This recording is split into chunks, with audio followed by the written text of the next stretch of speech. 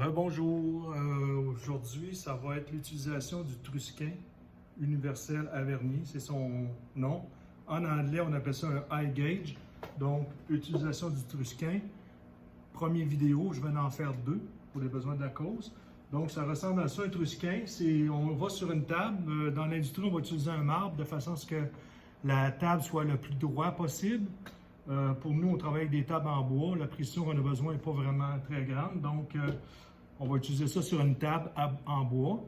Notre pièce, là, j'ai mis un efface de tableau, mais notre pièce va être accotée solidement sur un bloc ici à 90 degrés. Et ici, la pointe est une pointe très, très dure. Donc, on va être capable de tracer, comme tout à l'heure, je parlais, avec le bleu. Donc, on va mettre du bleu sur notre pièce. Et à l'aide de la pointe, on va enlever le bleu. Fait qu'on va être capable de tracer sur notre pièce de façon à pouvoir la machiner par après. Donc, ça a l'air de ça. Je vais grossir, je vais changer de photo.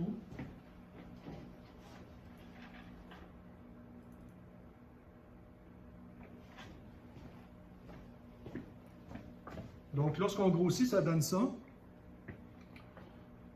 Lorsqu'on met notre pointe, pour vérifier si on est bien ajusté, lorsqu'on met notre pointe à terre, ça devrait donner 0. Donc, c'est logique. Et lorsqu'on va monter notre pointe, bien, ça va nous permettre d'avoir des mesures précises. Si on regarde comme il faut le Trusquin, ici, vous avez une barrure. OK? Donc, cette barrure-là va vous permettre, un coup ajusté, va vous permettre de barrer votre Trusquin. De cette façon-là, ça ne bougera pas et vous allez pouvoir faire plusieurs pièces.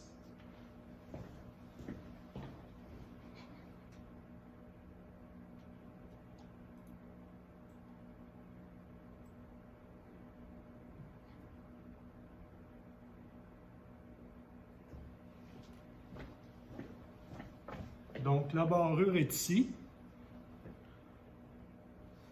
La barrure est ici. Il y a une autre barrure qui est là. Donc, on débarre les deux, ici. On les débarre les deux. On va approcher notre mesure à l'endroit exact qu'on va voir tout à l'heure. À l'endroit exact qu'on va pouvoir tout près de notre mesure souhaitée. Ensuite de ça, on va barrer elle ici. Et là, à l'aide de la roulette, ici, il y a une tige filetée là-dedans. En tournant la roulette, on va être capable de monter ou descendre pour être plus précis. On appelle ça en anglais le fine tuning. Donc, c'est un coup que la mesure est correcte, on peut barrer lui ici et ça ne bougera plus. Donc, deux barrures, faites attention de ne pas jouer avec cette roulette-là lorsque les deux sont barrés. Là. Donc, on s'approche de la mesure, on barre elle, on fine tuning avec la roulette, un coup directement sur notre chiffre, on barre celui-là ici.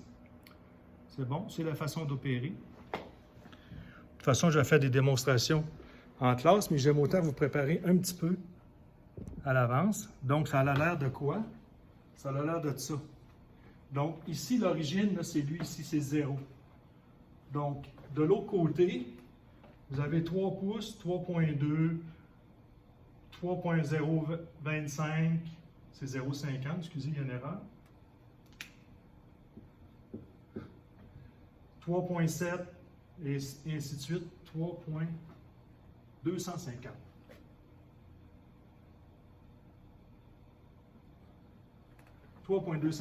Et ainsi de suite.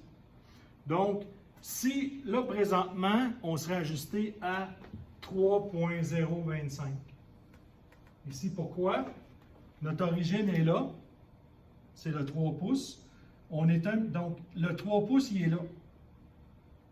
Ça fait que le 0.025, ça ici, là, c'est divisé. Ça, c'est divisé en 50. Ça, c'est le 50. Ça, c'est le 3.1. 3.150, 3.2, et ainsi de suite. Donc, entre ça et ça ici, là, c'est l'échelle qu'il y a là. On appelle ça un vernier. Donc, une fois qu'on est dépassé le 3, il s'agit d'aller voir lequel des lignes va tomber égal. Là, j'ai triché un petit peu. Donc, ce serait ça ici. Donc, on aurait 3. On n'est pas rendu à 0.05. Parce que 0.5 est ici. Et ce serait le 25 qui arriverait égal. Donc, notre mesure pour ça, 3.025. Pas évident. Je vous en fais un autre. Je vous reviens.